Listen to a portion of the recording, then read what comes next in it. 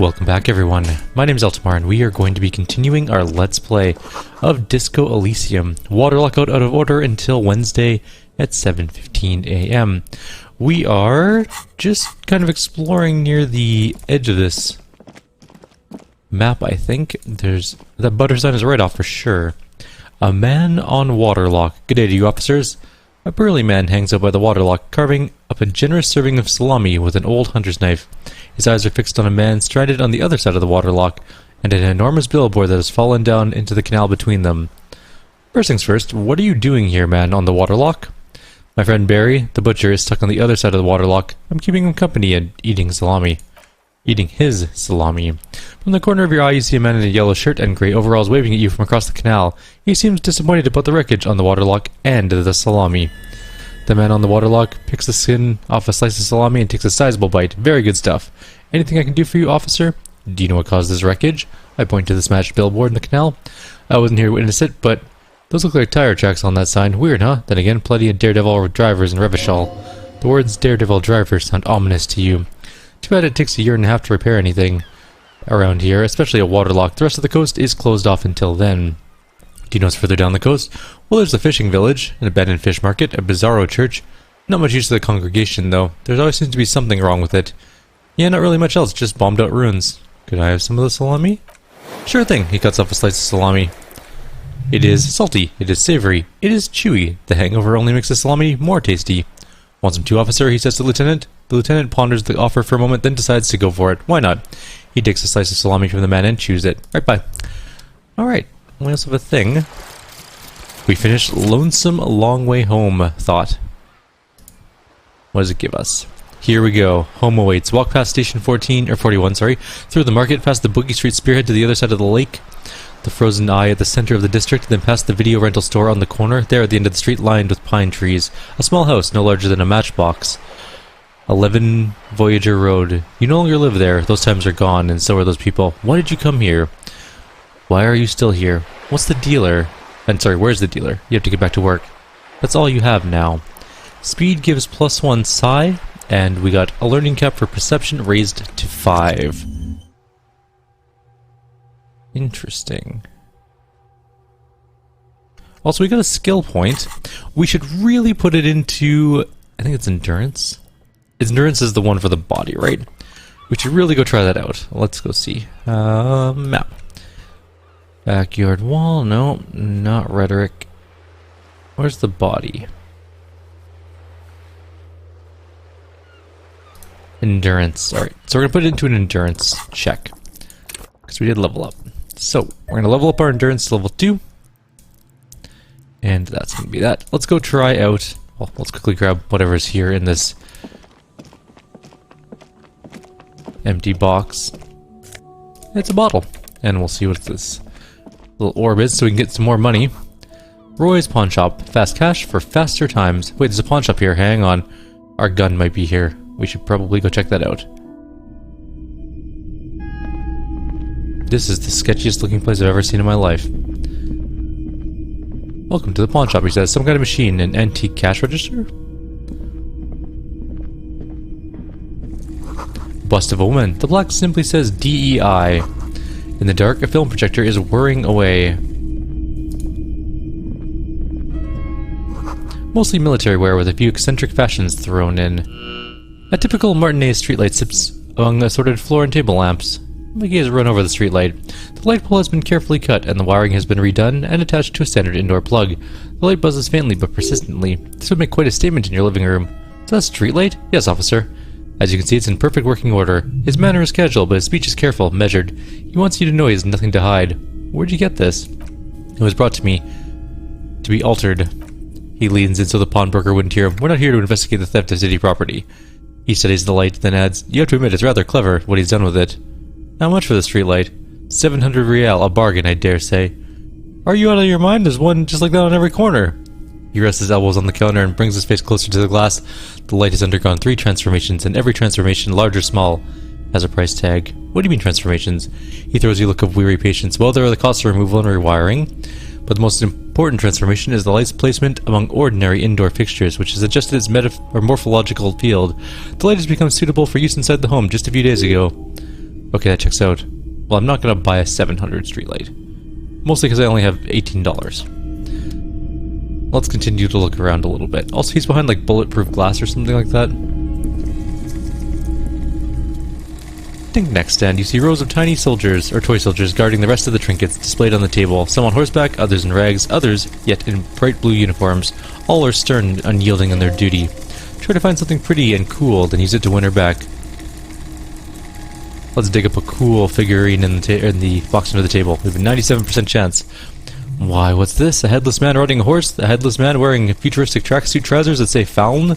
What's this? I searched the shopkeeper. Oh, it's a headless Fallon rider. Who? The headless Fallon rider. It's an urban legend about a man who rides the streets of Revachol sporting Fallon tracksuit. As you can see, he's missing his head. He points to the decapitated figurine. 50 cents, bargain priced. I'll throw in the tiny cap too. I think he's looking for it or something. Part of the story has many interpretations. Win her back? Yes, buy something nice. A figurine. You know what? It's only 50 cents. I'll buy it. Why not? Did I mention that this figurine is supposed to be lucky? Always carry it with you. He grins. Alright, fine. We bought some stupid figurine. Let's go talk to the actual man and get away from that. It's not often that I see officers of the RCM in my pawn shop. The man at the counter turns to you slowly. We should get away from the projector. What can I do for you? He asks. His courtesy is not insincere, but he prefers being alone with his projector, just watching the movement of light across the walls of the shop. I shake my head. It's shameful how insufficient the police presence here is in these parts. I haven't really had any problems myself, though some of my customers have complained about the inconsistent law enforcement. Who are your customers usually? All kinds of people come through here. Locals, travellers, people looking for a deal, people looking for a keepsake, people who are terminally bored. As you can see, I have a wide selection of goods for everyone to choose from.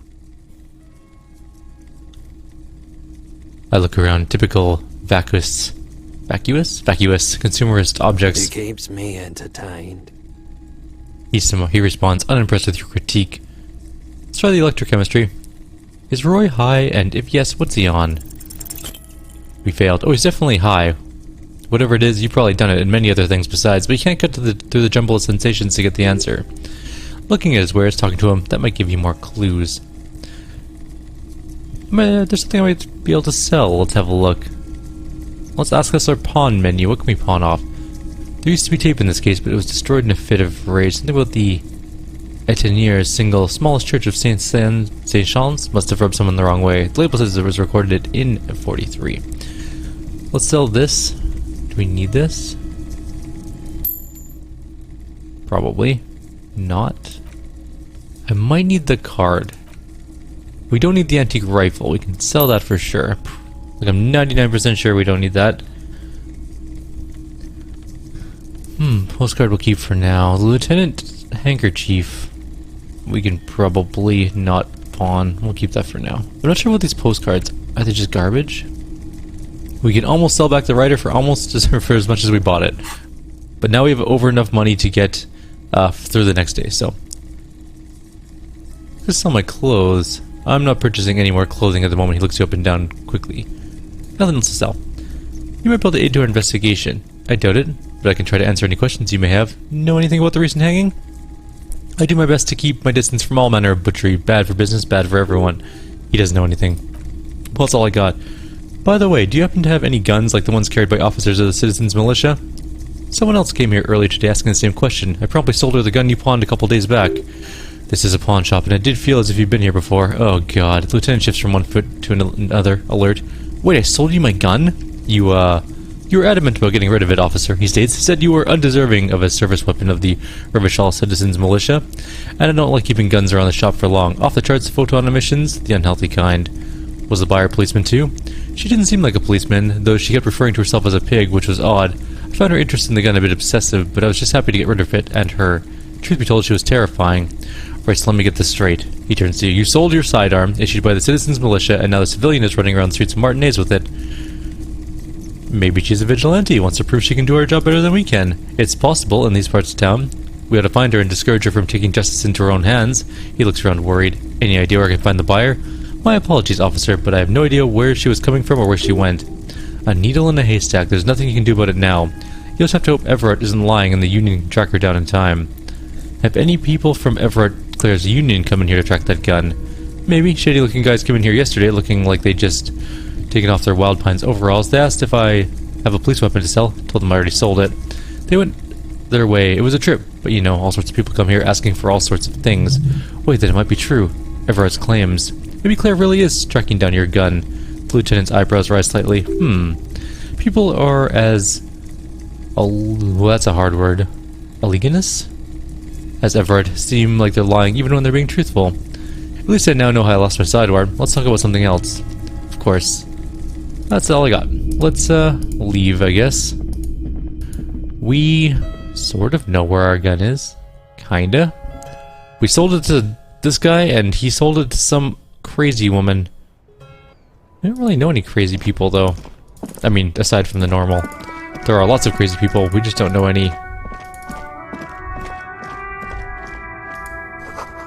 Crazy women at the moment. Hot air rises from the sewer, sour, acidic, and strangely comforting. Well, at least we have $22. What did I do with all the money from selling my gun? A gun probably was worth a lot more than that antique firearm. At least more than $3. Maybe we should go talk to Everett again. Wait, no, we need to get signatures, so we can't do that quite yet. Or can we just do that? Hang on. You know what? I think we can just go forge signature as long as we're in our room. I don't think it needs to be nighttime, does it? I'm hoping not, because I'm hoping we just get rid of it and done with that quest. We'll forge the signatures. Maybe. And we maybe go to the body because we got a little bit more endurance. Which is hopefully enough to push us over the edge so that we can actually look at the body itself.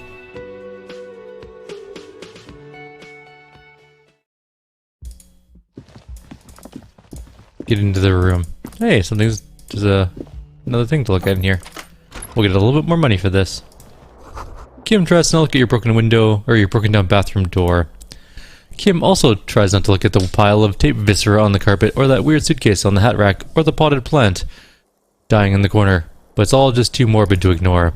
The man is finding it hard not to trip on the tape, and not to send any of the bottles rolling across the floor, where unidentifiable sludge makes it hard for him to breathe. It smells of vomit in here.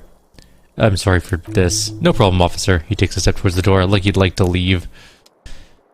Can I pick up all the bottles? No, apparently not. That is not a thing we can do, but more importantly, we need our interact things. Is it this one? Let's look at the zoning plan. Youth center, right, this is the youth center thing. Can't I sign it in here? Isn't that what we're supposed to do?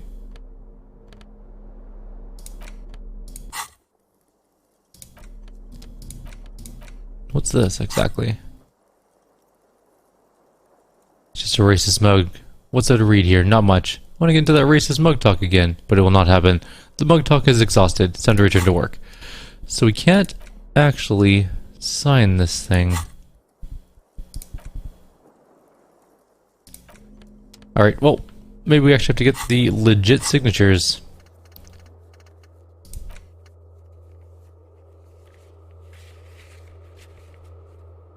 I guess maybe we're not allowed to forge it because we can't even get to the fishing village yet. That's also quite a possibility.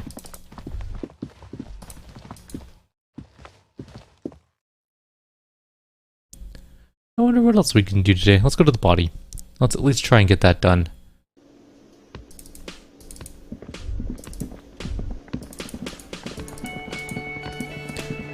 Our person doesn't want to talk to us yet. I don't think there's anything else we need to radio in at the moment. Probably.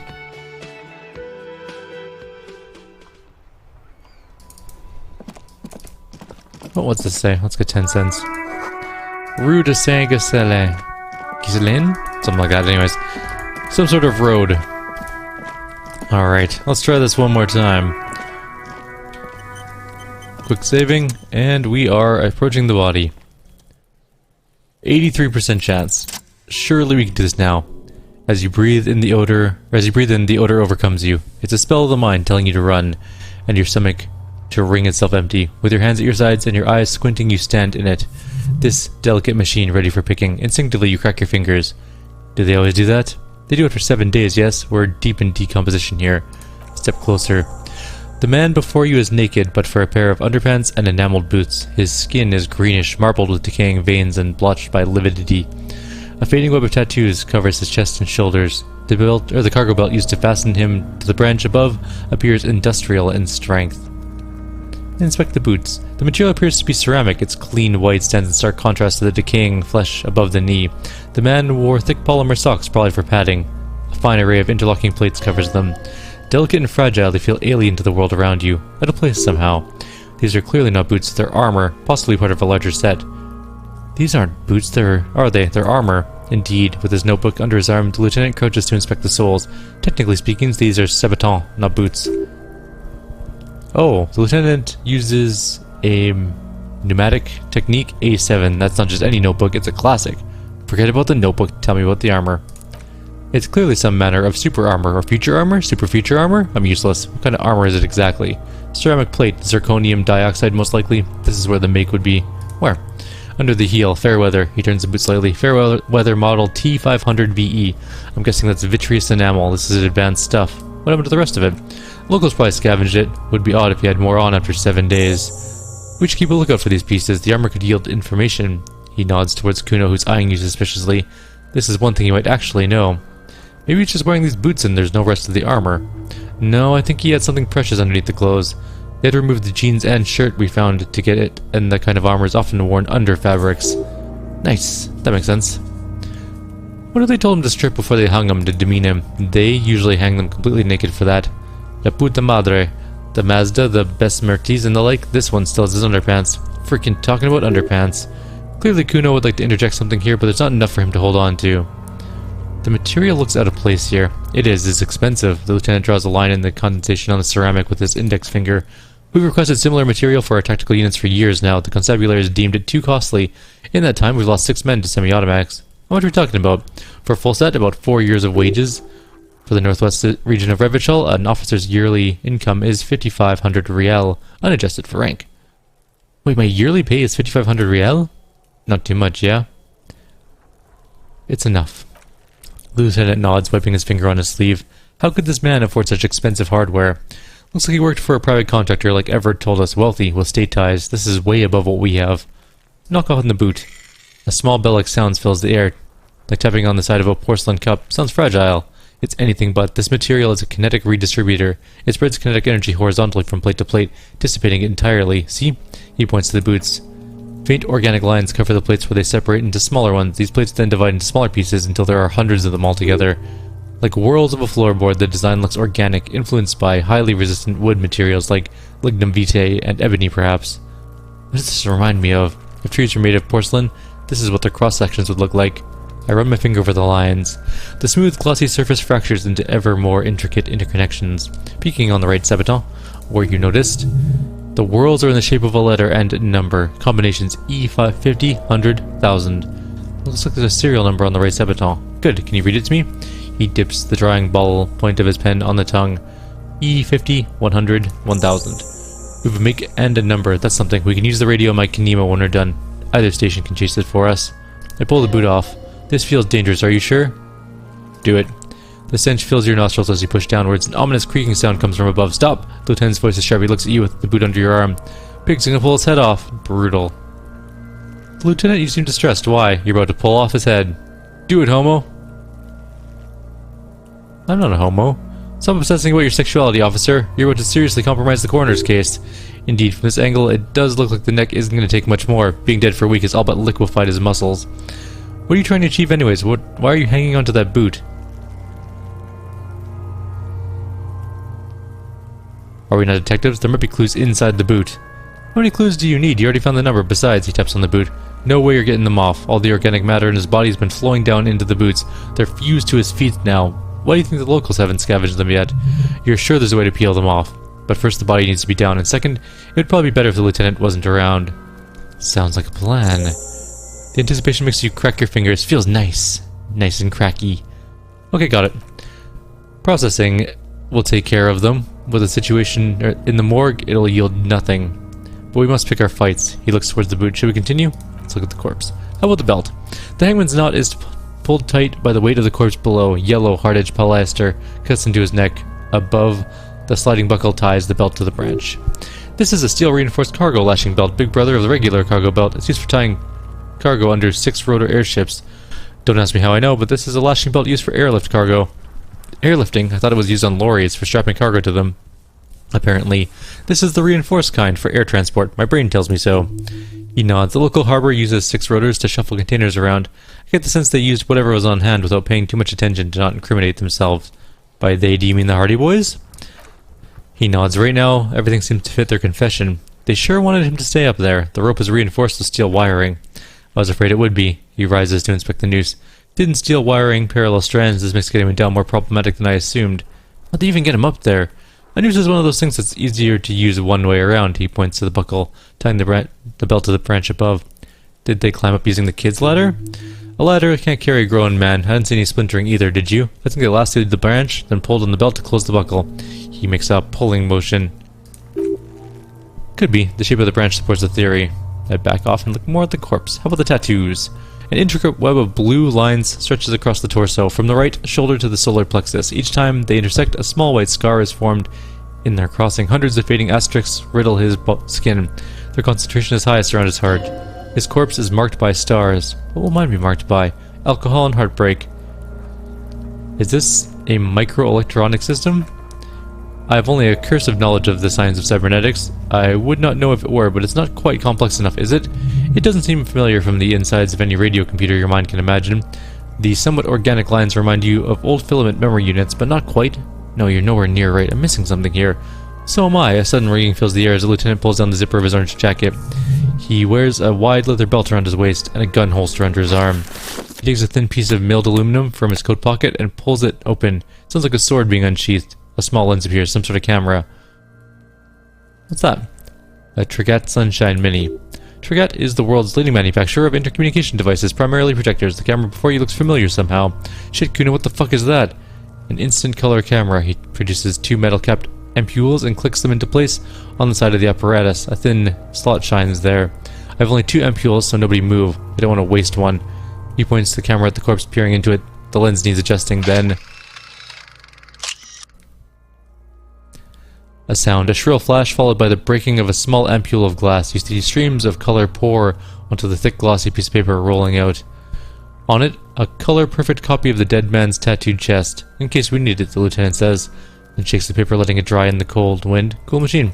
Yes, he slides the camera closed and tucks it away on his belt. It's pretty cool, isn't it? There's only 1 ampule left. Use it wisely. What do we need this photo for? It contains insight into the victim's person. This was a man of physical violence. The story he wanted his body to tell was important to him. It was his letter to us. Now if we could find someone to decipher it. Can I have it? I should look at it later without the corpse smell. Sure, just don't lose it. He hands you the rolled up piece of photo paper. It's no larger than a pack of cigarettes. The glassy-eyed corpse looks by, his mouth mute, as the chemical rainbow in the photo paper teeming with opportunistic organisms. Look him in the eye. His eyes are milky white and blind to the world, protruding comically from their sockets. There's no one home, just subaquatic terrors there. Dark brown hair grows on his head. The face is ready to explode from the organic processes inside. The death's head grin is past. What remains is an unrecognizable mess. Tell me who you are. Who are you, dead man? The corpse is dead silent. You have no idea why you just said that. Who is he? He's a male, 40 to 50, with an athletic build. I squint and... oops. Nope. How do we get him down? He stops to think, and then checks his notes. Are you sure we finished the preliminary examination of the cadaver? We might miss some of the things once he's down. Let's have another look first. Squint and take a step back. As you narrow your eyes, the monster before you blurs into a violent mess of pink and green. This is a trick you've done it before. Pink is where the blood settled in the first hours post-mortem. You can use to see if the corpse has been tampered with, or does his position at the time of death match the discoloration, I observe. Only the lower extremities are pink with a dash of blue. His fatted hands, thighs, and neck just above the noose. The rest of the corpse appears dark green in the cold spring air, too. His face and hands are pink, thighs, too. I see it. He adjusts his glasses. His neck, too. The lividity goes right up to his chin. We have good, well-pronounced discoloration here. I relax my eyes. The monster comes back into focus, an explosion of color, coursing with dark marbled veins. His stomach appears pregnant with something. Black liquid streams down his thigh and into his boot. So what do you think?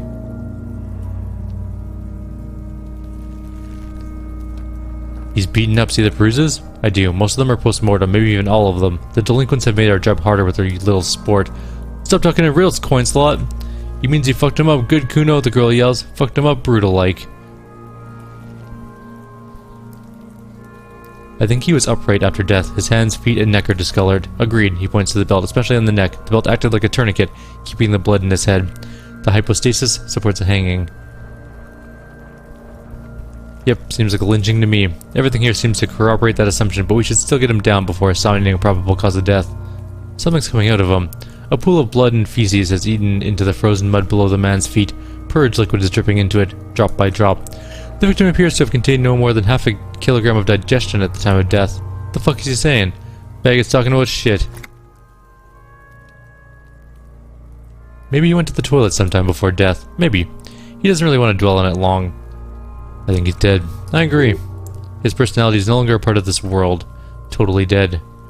The world no longer stores his personality in its composition. There was a time for that. It ended 7 days ago. He nods in agreement with his advanced piece of conceptualization. Having muddled it over, the lieutenant says, "That sounds about right, yep." Let's catch my breath. Yep, the preliminary examination is done. Let's get him down from there. The steel-reinforced belt presents a unique challenge. I brought chain cutters, but I don't see an angle of approach to the belt. He doesn't actually think the challenge is unique. He thinks it's frustrating, annoying, and harder than he thought. The cadaver is a good 1.2 meters up. Neither one of us can reach the belt without assistance, and even if we do, there's a question of cutting airship strength material. Maybe we could shoot him down. Yeah, the enthusiasm is unrestrained. Bang bang time, pigs, shoot his head off! The lieutenant remains unaffected. How? Where the buckle ties the rope to the branch, that's a good spot. There, the buckle holds the belt together. Where? He corrects the glasses. Ah, yeah, I see. If shot hits there, might be a chance to release the belt. Yeah, now we're talking. Entertain Kuno with some shit. Don't miss, the pigs will miss. Take the shot, Lieutenant. What's the worst that could happen? It'll blow his head off. Take it, take the shot. Yeah, take the shot. Kuno wants some of that shit. Silence. With his elbow sharp, the lieutenant unzips his jacket and produces a lightweight firearm. He drops a paper cartridge into the barrel, separates the scouring stick, and gives the cartridge 5 tucks, securing it in place. That's a Kiel A990 Armistice mass-produced muzzleloader. Aesthetic, frugal, one of the most common firearms in the world. He then steps back and assumes the feltestez position, taking aim. Feltestez position, sorry. The corner of his eye twitches, and his finger is on the trigger. Easy as a partner. He's gonna fucking bit. The kid's voice is drowned in a shrill blast that echoes off the walls of the surrounding tenements. A cloud of smoke slowly parts in the air as the lieutenant steps back and says to himself, "God damn it." A lot of things were wrong with that shot. The Feltestez was the wrong choice, his shoulders were raised, but above all, he cannot trust his eyesight. Fucking idiot. Molkapa asshole. Kuma could have hit it easy. Then Kuno's not fucking handicapped, is he? It's okay, man. Kuno's sorry too. Kuno feels sorry for the binoclard. The lieutenant doesn't say a word, just looks at the gun in his hand. Try again, maybe? No, we're lucky as it is. We didn't break anything, and the victim remains uncompromised. He looks around at the windows overlooking the yard. Any more mistakes could put us in an unfortunate position with the locals. We have eyes on us. I didn't do us any favors with that. What now? I have to say it's beginning to look unlikely we can get him down without assistance. You know, you don't feel like too bad of a shot yourself. Can I have the gun? I should try. It's bad as it is, us shooting firearms like punks. He pauses, then shrugs and proceeds to load the pistolet. Go ahead, I'm not stopping you, just don't lose it. The piece shines in his outstretched hand. They only have one gun? This is the sorriest pair of pigs Kuno's ever seen. Take the gun. Yeah, take it, you fucking banana poika. Take it and shoot yourself in the mouth. Feel the weight first. The cold metal of the bakelite and gunmetal is surprisingly light. Your finger fits right in the guard, instinctively resting on the trigger. You've held this, a P9 Armistice, before. At some point, it probably used to be your choice of firearm. It still feels comfortable, like you never laid it down. What the fuck are you waiting for? Tell him to shoot himself in the mouth. Point the gun at the belt. The buckle comes into focus in your sights. You stand with your feet planted firmly in the ground and your left hand supporting your gun arm. We have a 42% chance to hit. Why don't you just shoot yourself in the fucking mouth? She hisses, at least you won't miss. You tell him to shut up. Or what? You gonna fuck me? Her voice is almost a whisper now. You wanna fuck me, pig? Is that what this is all about? Close my left eye first. Your field of view narrows. The branch slowly moves, becoming entirely two-dimensional. The metal buckle glimmers, catching the noon light as the corpse slowly rotates. The slow movement of the branch and the wind and your shoulders directing the gun sync up, dancing hypnotically.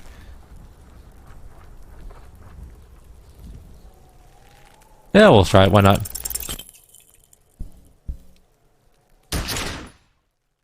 Oh, God. Oh, no, I did it. Okay, good. No, I failed. Never mind. A plume of smoke erupts from the barrel. I think I shot the body. Your hand goes numb from the explosion. With your ears still ringing, you lower the weapon and see what happened. You missed the belt, but hit the corpse straight in the chest. Bits of ribcage protruded from the skin. No blood, only a murky sludge dripping from his belly. The sudden stink makes your eyes water. Oh god, he's gonna fucking cry. I knew it. What a mulku. Ask for another shot. You'll get it with the next one. The goddamn light reflected off some window, surely. You can reload it. I need another shot. The cadaver's already compromised bad enough. We don't have to make it worse. Please, Kim. There's silence. Vitepa wants to fuck it up again. Maluka, Vitepa, what is that? What kind of nonsense words are those? Song my people, asshole. Don't provoke her. The lieutenant takes a sidearm from you, then holsters it. Shot him in the chest. The creature is still in disbelief. What a fucking idiot. It's not the gun's fault you can't shoot, it's your pig hands. Pigs don't have hands, they have like fucking hooves or something. Kuno has hands. He displays his little fingers, they're pink. Kuno can shoot that shit down for you. That's preposterous. We're not giving you the gun, kid. That's preposterous, she whines mockingly. What are you, a fucking Earl? We're still need to get him down somehow. His tone is growing tired now. The stench makes him turn away from the corpse, but how? The bad way, the way I didn't want to, by asking the harbor for help. They have the tools and the men. If they put him up there, they can get him down too. But won't it be dangerous? To ask the suspects for help with the victim's body? To be indebted to Everard Clare? Very much yes, which is why I would have preferred to accomplish this feat ourselves. Clearly we can't. Suck my dick, bitches! Good job, we already found a way in the harbor. Hooray for us. Let's get to it then. Well, we screwed that up. At least the body didn't lose its head, I guess? We also got a level. Do we have any thoughts we need to thoughtify? Not at the moment. Looks like we have all of our current ones. We might just save the skill point for now, in case we need it for later. But for now, we are at 32 minutes. We're gonna call it here. Like, oops, there's something here. The damage looks like it could have been caused by an earthquake. We're gonna leave it here. Like always, if you have any suggestions or comments, please leave them below. Otherwise, I'll see you all next time. Take care.